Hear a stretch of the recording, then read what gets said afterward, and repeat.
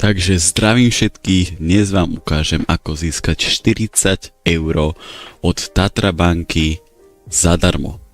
Čiže ak máš nad 15 rokov, toto video si musíš pozrieť.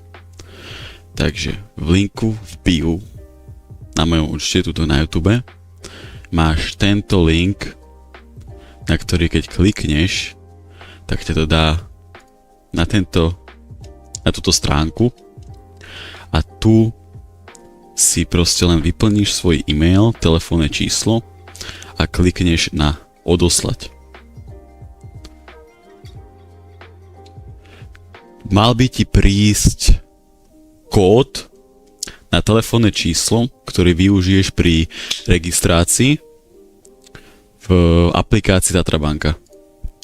Takže tu je krok za krokom, ako to spraviť, že stiahneš si aplikáciu Tatra banky, klikneš na nie som klient, vybereš si, že chceš digitálny účet pre študenta, bo samozrejme to platí iba keď máš od 15 rokov do 21 alebo 24, neviem ako to je.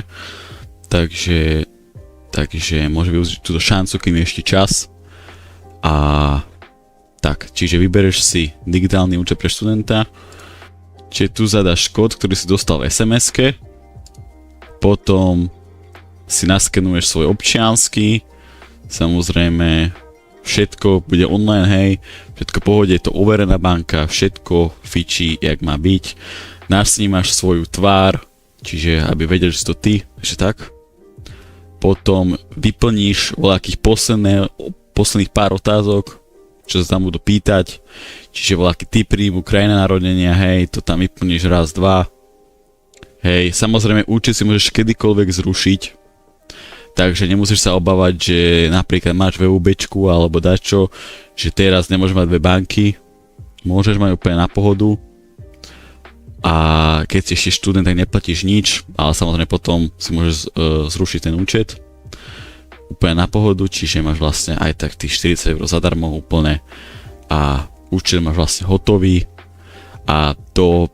3 alebo do týždňa maximálne, ale väčšinou to chodí do dňa, ti má prísť 40 € a hotovo proste. Máš 40 € úplne zadarmo. Čiže dúfam, že ma to pomohlo a tak. Takže určite si založte účet, odporúčam to aj kamarátom a tak. Takže čaute.